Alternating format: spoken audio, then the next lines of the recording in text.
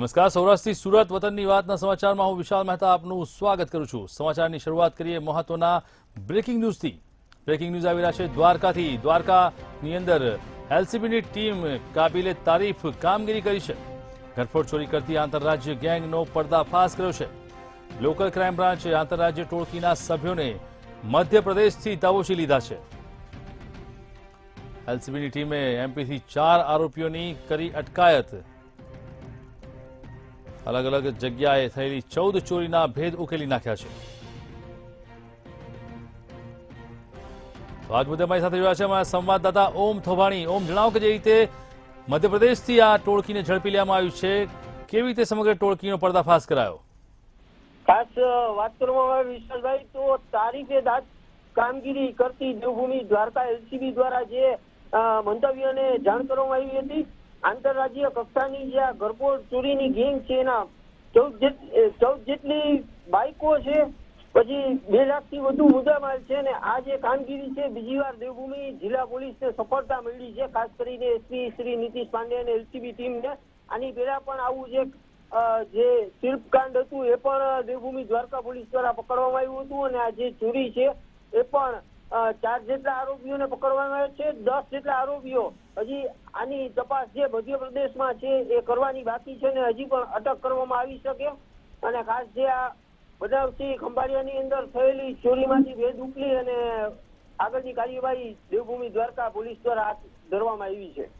ઓમ, જે રીતે આ ટોળકીને પકડવામાં આવી છે તેની મોડસ ઓપરેન્ડી શું હતી અને આંતરરાજ્યમાં કઈ કઈ જગ્યાએ ટોળકી ચોરીને અંજામ આપતી હતી? ખાસ કરીને આ જે તપાસ છે પોલીસ દ્વારા જે રીતે કરવામાં આવી છે એમાં જે પોલીસની પ્રેસ નોટ આવેલી છે એમાં એવું જણાવે છે કે આમાં ખંભાળિયા, જામનગર, અમરેલી, રાજકોટ અને મહારાષ્ટ્રના પુણેના વડેરે જગ્યાએ આ લોકો ઉપર આઈપીસીની 329 વગેરે કલમો મુજબ ગુના નોંધાયેલા હતા।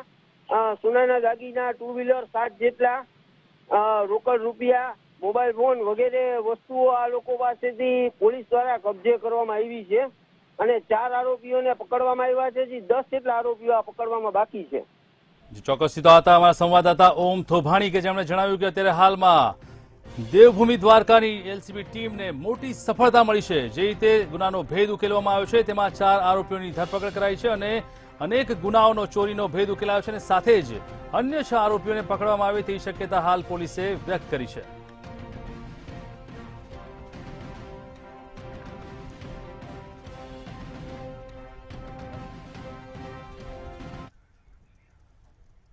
બ્રેકિંગ ન્યૂઝ સામે આવી રહ્યા છે જામનગરથી। જામનગરમાં જે રીતે વિરોધનું સમાચાર સામે આવી રહ્યા છે, મહત્વપૂર્ણ સમાચાર। હાપા રેલવે સ્ટેશન ખાતે રેલ કર્મચારીઓ દ્વારા વિરોધની કાર્યવાહી।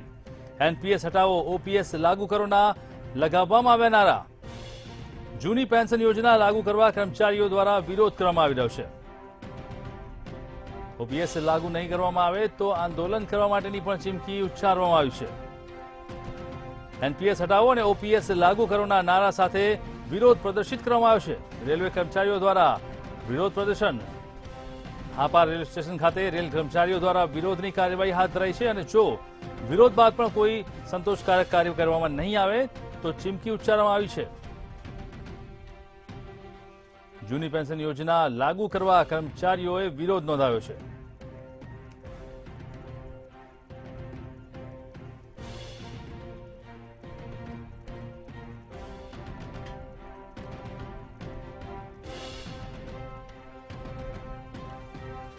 જામનગરના હાપા રેલવે સ્ટેશન ખાતે રેલવે કર્મચારીઓ દ્વારા વિરોધની કાર્યવાહી હાથ ધરવામાં આવી છે।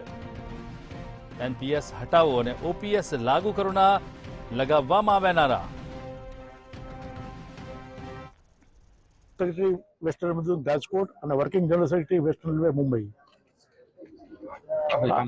આજરોજ સમગ્ર ભારતીય રેલમાં એનએફઆઈઆરના આહવાનને લઈ વેસ્ટર્ન રેલવે મજદૂર દ્વારા સમગ્ર ભારતમાં વિરોધ પ્રદર્શન કરવામાં આવી રહ્યા છે, જેના ભાગરૂપે આજે તારીખ 8ના રોજ હાપા ખાતે વિરોધ પ્રદર્શન કરી રહ્યા છીએ।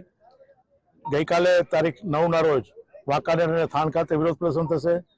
10 તારીખે સુરેન્દ્રનગરમાં વિરોધ પ્રદર્શન થશે અને 11 તારીખે રાજકોટમાં સમગ્ર રાજકોટ ડિવિઝન એકત્ર થઈ અને સરકારને આંખ ઉગાડવા માટે વિરોધ પ્રદર્શન કરવા જઈ રહી છે. જો અમારી માંગ એનપીએસ રદ કરવામાં નહીં આવે તો આ માટે અમે કર્મચારીનું મતદાન પણ લીધેલ છે અને જેમાં 90% કર્મચારીઓ અમારી સાથે સંમત છે કે ભૂખ હડતાલ કરવી જોઈએ. જો સરકાર યોગ્ય નિર્ણય નહીં લે, યોગ્ય સમય નિર્ણય નહીં લે તો રેલ રોકો આંદોલન કરવામાં આવશે. તો જે રીતે સુરત પોલીસ દ્વારા no drugs in Surat city અભિયાન ચલાવવામાં આવી રહ્યું છે, જે અંતર્ગત નશાકારક વસ્તુઓનું વેચાણ કરવા, નશો કરતા લોકો વિરુદ્ધ કડક કાર્યવાહી કરવામાં આવી રહી છે. ત્યારે સુરતની સારોલી પોલીસ ચરસના જથ્થા સાથે 2 નેપાળી યુવકોને ઝડપી પાડ્યા છે. ત્યારે 11 લાખની વધુના ચરસના જથ્થા સાથે આ આરોપીઓની કાયદેસરની કાર્યવાહી હાથ ધરાઈ છે. પોલીસે ચીમાડા ચેકપોસ્ટ પરથી બંને આરોપીઓને ઝડપી પાડી કાયદેસરની કવાયત હાથ ધરી છે. નેપાળી ઈસમો નેપાળથી પ્રતિબંધિત ચરસનો જથ્થો લઈ અને પોતે મહારાષ્ટ્ર પૂણા ખાતે બંને આરોપીઓ આપવા માટે જનાર છે અને તેઓ સુરત શહેરના સીમાડા ચેકપોસ્ટથી પસાર થનાર છે. માનનીય પોલીસ કમિશનર સાહેબ નાઓએ આવા એનડીપીએસના કેસો શોધી કાઢવાની સૂચના આપતા joint commissioner Shri sector 1 sir તેમજ ડીસીપી ઝોન 1 સરના માર્ગદર્શન અને સૂચના મુજબ સારોલી પોલીસ સ્ટેશનની ટીમે 2 નેપાળી ઈસમોને સારોલી પોલીસ સ્ટેશનની સીમાડા ચેકપોસ્ટ ખાતે આશરે 9 કિલો જેટલા ચરસના જથ્થા સાથે પકડી પાડેલ છે. તો બ્રેકિંગ ન્યૂઝ સામે આવી રહ્યા છે જૂનાગઢથી. જૂનાગઢમાં ટોલ ટેક્સના વિવાદનો મામલો સામે આવ્યો છે. મહત્વપૂર્ણ સમાચાર, ગાદોઈ ટોલ ટેક્સ વિવાદનો મામલો કે જેની અંદર જૂનાગઢની અંદર અત્યારે હાલમાં કલેક્ટર અનિલ રાણાવસિયાનું મોટું નિવેદન સામે આવ્યું છે. તપાસ સમિતિનો રિપોર્ટ સામે આવ્યો છે. જે રીતે ટોલ ટેક્સને લઈને તપાસ સમિતિ રોકવામાં આવી હતી, તેમાં ગેરકાયદેસર પસાર થતા વાહનોના પોળો તોડી પડાયા છે. વાહનો પસાર ન થાય તે માટે આ કામગીરી હાથ ધરવામાં આવી છે. આગામી સમયમાં કલેક્ટર દ્વારા બહાર પડાશે ખાસ જાહેરનામું. ભારે વાહનો પસાર ન થાય તે માટે લગાવાશે બેરિયર, જેના કારણે ભારે વાહનો પસાર ન થઈ શકે. ટોલ ટેક્સને સ્થળાંતર કરવા ખાસ સૂચના આપવામાં આવી છે. ગામડામાંથી ગેરકાયદેસર પસાર થતા વાહનોને ભરવા પડશે ટોલ. કલેક્ટર અનિલ રાણાવસિયાનું મોટું નિવેદન.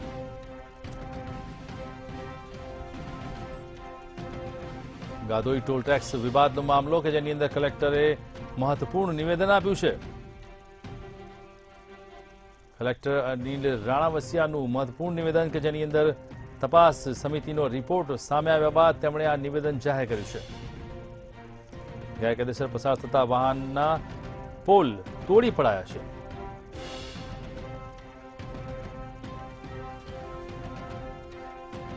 વાહનો પસાર ન થાય તે માટે એક મોટી કાર્યવાહી હાથ ધરવામાં આવશે.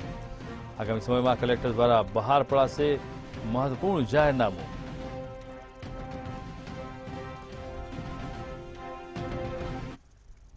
ગાદોઈ ગામ પાસે જુનાગઢથી સોમનાથ જવાના નેશનલ હાઈવે પર ગાદોઈ ટોલ નાકું આવેલું છે. અમને મીડિયાના અહેવાલ મારફતે એક માહિતી મળી હતી કે ઘણા વ્હીકલ ટોલ નાકામાંથી પસાર ન કરાવીને પાસેના ગામના રસ્તા પરથી પસાર કરાવીને એમાં ટોલ ઉઘરાવવામાં આવી રહ્યો છે, એવી એક પ્રાથમિક અહેવાલ મીડિયામાં પ્રસાર થયા હતા. અને ત્યારબાદ અમે એક તપાસ સમિતિ પણ આમાં રચી, જેમાં અમારા મામલતદારશ્રી, આરએનબી સિંચાઈ, આરએનબી પંચાયત, પોલીસ અને સ્થાનિક બાકી અધિકારીઓ સાથેની એક ટીમ રચી અને એમની આજે સ્થળ મુલાકાત પણ કરવામાં આવી. આ બાબતે એસપી શ્રી સાથે પણ ચર્ચા થઈ. આમાં એસપી શ્રી પાસે જે રજૂઆત આવી હતી એના પ્રમાણે મેનેજર ટોલ નાકાએ ગામ લોકો વિરુદ્ધ એક ફરિયાદ નોંધાવી હતી. સાથે સાથે ગામ લોકોએ પણ મેનેજરની સામે એક ક્રોસ ફરિયાદ નોંધાવી હતી, જેની પણ અત્યારે પોલીસ કાર્યવાહી જે પીઆઈ બદલી છે એ ચલાવી રહ્યા છે. આજની ગુજરાત સરકાર દ્વારા સગર્ભા મહિલાઓને પોષણ માટે આપવામાં આવતી કીટમાં લાલિયાવાડી થતી હોવાનું સામે આવ્યું છે. ત્યારે જૂનાગઢ મહાનગરપાલિકા સંચાલિત આંગણવાડીમાં અરજદારોની ખોટી સહી કરીને આંગણવાડીની સંચાલિકા દ્વારા બારોબાર કીટની ગોલમાલ કરતા હોય તેવા આક્ષેપો થયા છે.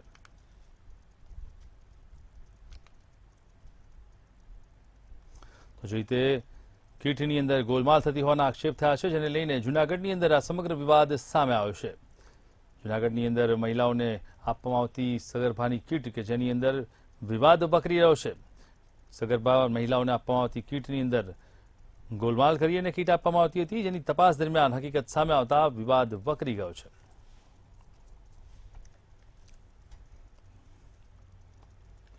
જામનગરના ખોડિયાલ કોલોની વિસ્તારમાં છેતરપિંડી અંગેની ફરિયાદ નોંધવામાં આવી છે.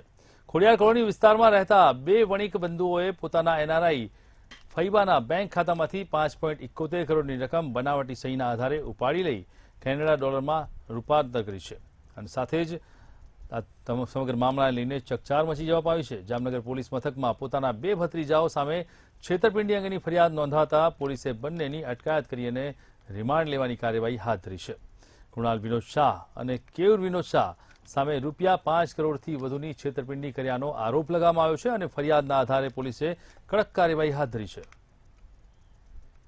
આ બંને જે આરોપી છે એમના ભાઈના દીકરા થાય છે. એમના કહેવાથી એમણે જામનગરની અંદર એક્સિસ બેંક અને આઈડીએફસી બેંકની અંદર તેમના કહેવાથી અહીંયા એકાઉન્ટ ખોલાવેલા અને આ જે કંઈ બેંકનું સાહિત્ય હોય એ આ ફરિયાદી બેને એમના બંને ભત્રીજાઓને રાખવા માટે આપેલું હતું. આ દરમિયાન ફરિયાદી બેનની જાણ બહાર તેમને એક્સિસ બેંક અને આઈડીએફસી બેંકના ખાતાઓમાંથી ટુકડે ટુકડે અલગ પૈસા ઉપાડી અને કુલ્લે 5 કરોડ અને 71 લાખ જેટલા રૂપિયા ટ્રાન્સફર કરાવી લીધેલા. તો સમાચાર સુરતથી. સુરતના કામરેજ ખાતે દક્ષિણ ઝોનના 7 જિલ્લાના શિક્ષકો જૂની પેન્શન યોજના શરૂ કરવાની માંગ સાથે ધરણા કાર્યક્રમ યોજ્યો છે. ગુજરાત રાજ્ય પ્રાથમિક શિક્ષણ સંઘના મહામંત્રી અને સુરત જિલ્લા પ્રાથમિક સંઘના પ્રમુખનો કામરેજમાં હુંકાર. દક્ષિણ ઝોનમાં શિક્ષકો ભેગા થયા ત્યારે હજી પણ 3 ઝોનના શિક્ષકોની મીટિંગ બાકી છે. કામરેજ દાદા ભગવાન હોલમાં દક્ષિણ ઝોનના સુરત, ભરૂચ, તાપી, નર્મદા, નવસારી, ડાંગ અને વલસાડના શિક્ષકો કામરેજ ખાતે ભેગા થયા છે. ત્યારે જૂની પેન્શન યોજનાને લઈને ધરણા કાર્યક્રમ યોજાયો હતો, જેમાં મોટી સંખ્યામાં શિક્ષકો ઉપસ્થિત રહ્યા હતા. જૂની પેન્શન યોજના માટે અને 1/4/2005ના સરકાર સાથે સમાધાન થયેલા પત્રના માટે આ આંદોલન આંદોલન છેલ્લા 1/4/2005 પછીથી ચાલે છે. 2022માં સરકાર સાથે સમાધાન થયેલું 2005 પહેલાની ભરતીવાળાને જૂની પેન્શન યોજનામાં સમાવવા બાબતે સરકારે બાંહેધરી આપી હતી અને પત્ર આજ દિન સુધી નથી થયું, એટલે આ આંદોલનની શરૂઆત કરવામાં આવી છે.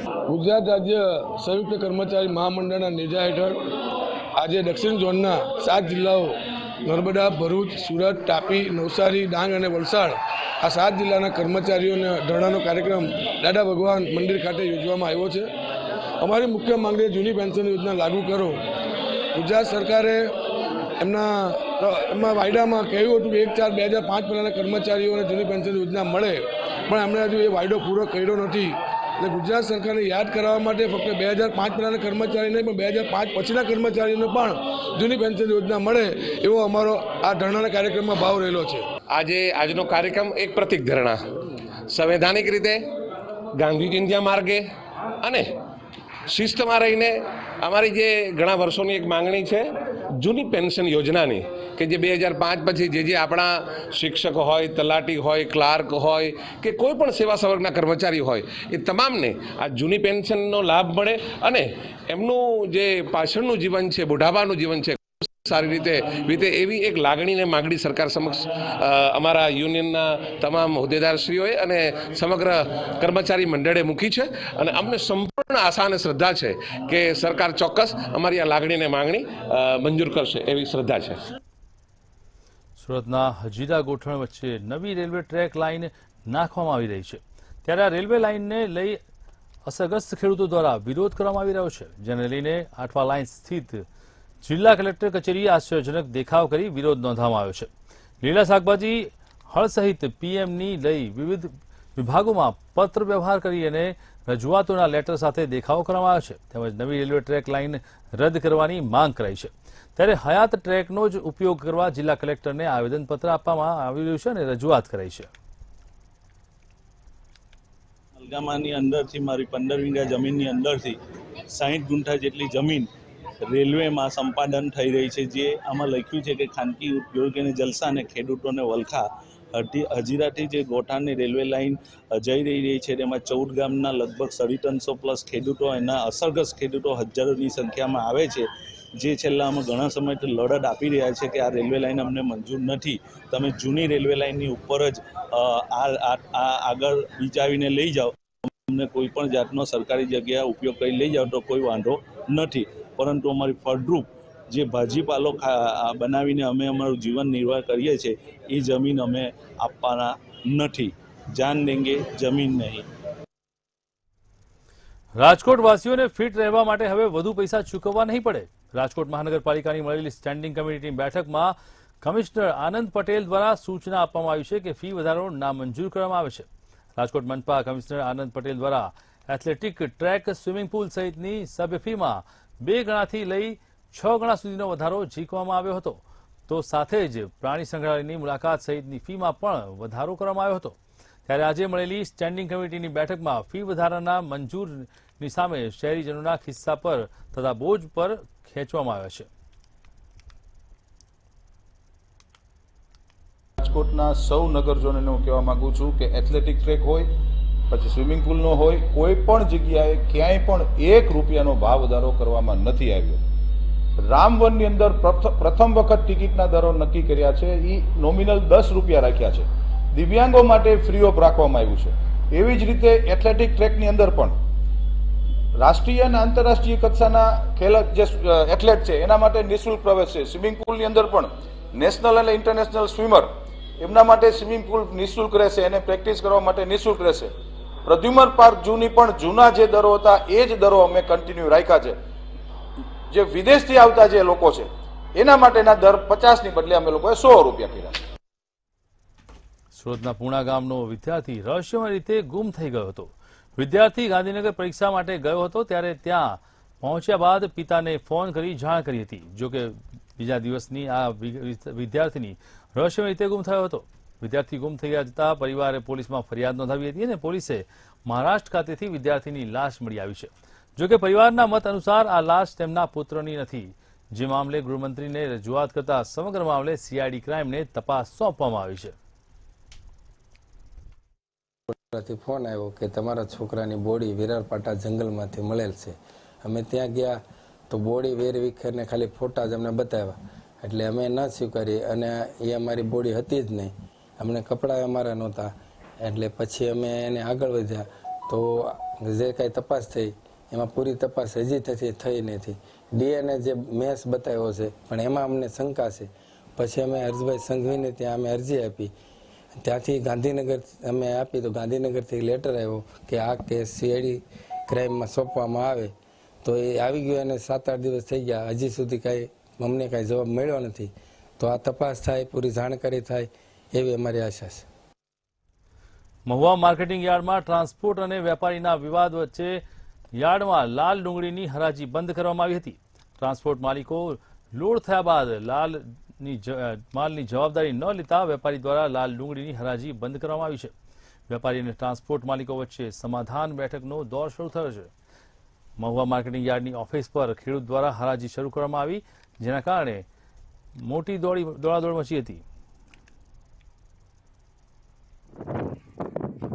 માર્કેટ યાર્ડમાં અંદાજિત 2,40,000 ગુણની આવક થયેલ છે, જે પૈકી લાલ કાંદાની હરાજી શરૂ કરતા ટ્રાન્સપોર્ટની હડતાલને કારણે વેપારીઓ હરાજીથી દૂર રહ્યા છે, જેથી લાલ કાંદાની હરાજી હાલમાં બંધ છે. વેપારીઓ તથા ટ્રાન્સપોર્ટર સાથે મીટિંગ ચાલુ છે. વહેલી તકે હરાજી શરૂ થાય તેવા પ્રયત્ન હાલ કરી રહ્યા છીએ. તેમજ સફેદ કાંદાની હરાજી રાબેતા મુજબ શરૂ છે. ટ્રાન્સપોર્ટ વાળા સાથે અમારી મીટિંગ થઈ. ટ્રાન્સપોર્ટ વાળાએ એમ અમને કહેલ કે ટ્રાન્સપોર્ટની હડતાલ આગળ છે, તમે તમારા જોખમે ગાડી ભરશો, અમારા જોખમે જવાબદારી અમારી કોઈ ટ્રાન્સપોર્ટ વાળાની રહેશે નહીં. આ હિસાબે અમે વેપારી એસોસિએશન સૌ ભેગા થઈ અને નિર્ણય કરેલ કે ભાઈ તારી જવાબદારી ન હોય તો ગાડી અમારા રસ્તામાં ઊભી રહે, સળગી જાય, બળી જાય, લૂંટાઈ જાય તો જવાબદારી લેવી પડે. ટ્રાન્સપોર્ટ વાળાએ અમને ચોખ્ખી ના પાડી. આ હિસાબે અમે આજ રોજ મહુવા માર્કેટિંગ યાર્ડનું કામકાજ હરાજીનું બંધ રાખેલ છે. રાજકોટના જસદણ માર્કેટ યાર્ડમાં આજથી જીરાનું નવા પાકના આવકનું શરૂઆત થઈ છે. જસદણ યાર્ડમાં આજે નવા જીરાના શ્રી ગણેશ કરવામાં આવ્યા, જેમાં વેપારીઓએ જીરાનો ભાવ 7500 સુધીનો બોલાવ્યો હતો. ત્યારે ખેડૂતમાં આનંદની લાગણી ફેલાઈ છે અને આજે માર્કેટ યાર્ડમાં નવા જીરાની સારી આવક નોંધાઈ છે.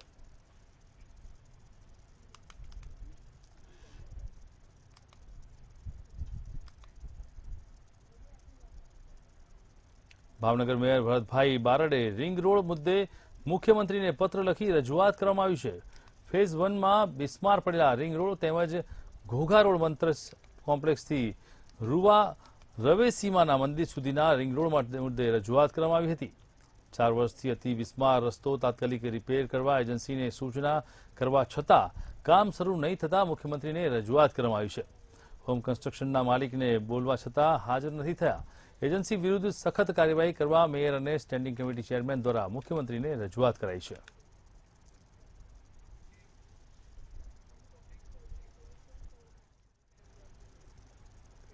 તો સમાચારમાં અત્યારે બસ આટલું જ. મહત્વના સમાચાર માટે જોતા રહો મંતવ્ય ન્યૂઝ. નમસ્કાર.